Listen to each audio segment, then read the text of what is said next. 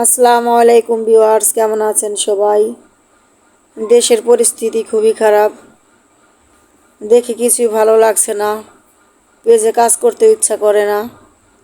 বর্তমানে আমি কোথাও কাজ করছি না, পেজে ইউটিউবে তেমন একটা ভিডিও পোস্ট করতে পারছি না। মন মানসিকতা ভালো নেই, কি রান্না করব ভেবে পাই না, খেতে ইচ্ছা করে না। আমরা তো 3 বেলা খাবার খাচ্ছি, যারা বন্যায় কষ্ট করছে তারা তো ঠিকমতো খাবার খেতে পারছে না। তাদের কথা ভাবতে গেলে একদমই ভালো লাগে না, চোখে পানি চলে আসে। যাই হোক, দোয়া ছাড়া তো কিছুই করতে পারছি না। তারপরে যতটুকু সহযোগিতা করার করেছি। আপনারা যে যেখানে আছেন যতটুকু পারেন সবাই একটু সহযোগিতার হাত বাড়িয়ে দিবেন, আপনারা সহযোগিতা করবেন। আমি ইলিশ মাছ হালকা ভেজে নিয়েছি, আপনারা চালে ভেজে নিতেও পারেন, নাও নিতে পারেন, সমস্যা নাই। কাঁচাও রান্না করে নিতে পারেন।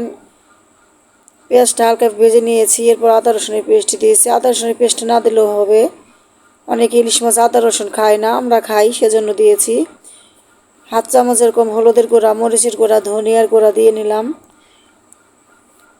ইলিশ মাছের তরকারিতে যদি বেশি মশলা দেওয়া হয়, মানে চাল কুমড়ার তরকারিতে বেশি করে বা লাউ তরকারিতে বেশি মশলা দিলে খেতে ভালো লাগে না, সেজন্য মশলার পরিমাণটা একদমই কম দিলাম।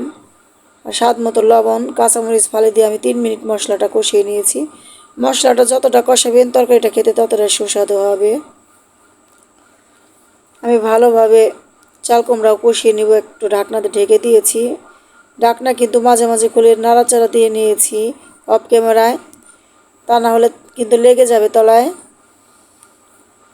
মাঝে মাঝে নাড়াচাড়া দিতে হবে। আমার প্রত্যেকটা রান্না নতুনদের জন্য, নতুন আমার রান্না দেখে যে কেউ শিখে নিতে পারবেন। আমি একদম সহজভাবে রান্না করে দেখিয়ে দিই।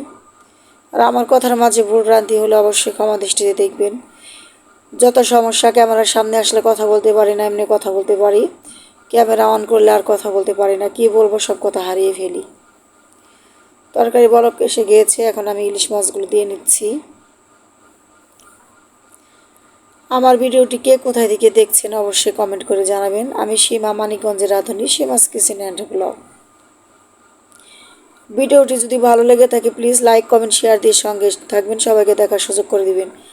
আপনারা একে অপরের ভিডিওগুলো শেয়ার করবেন, দেখে শেয়ার দিয়ে ডান লিখে যাবেন, দেখবেন আপনার ভিডিও অন্য আবার শেয়ার করে দিবে।